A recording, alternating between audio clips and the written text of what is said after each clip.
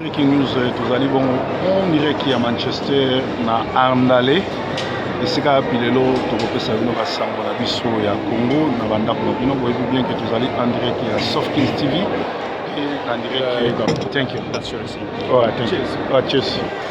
Thank you. Alors tozali bongo en direct ya Nandos awa na Arndale. Et puis tozali en direct ya Softkins TV, télévision et méta sur internet. Et puis tozali bongo na Sentinel TV et c'est puis Proverbe 30 ayela rabino ba sango ya mboka.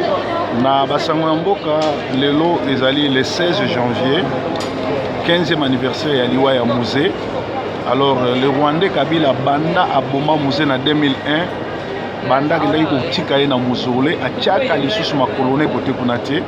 Alors atikela dossier wana Jeannette na Sénégalais Abdoulaye Ndombasi ba représentaka ye siko akomi na suka amoniki akomi na fin mandat popularité sili Congolais sanzi ye azongeli lisusu ebembe ya musée po epesa ye solo pemba pe matse ba cote yango moni abimisi ba t-shirt abimisi bilamba pe lelo samedi na 10h55 akozala wana na musele pona kosala culte d'action de grâce culte communique ya koloka.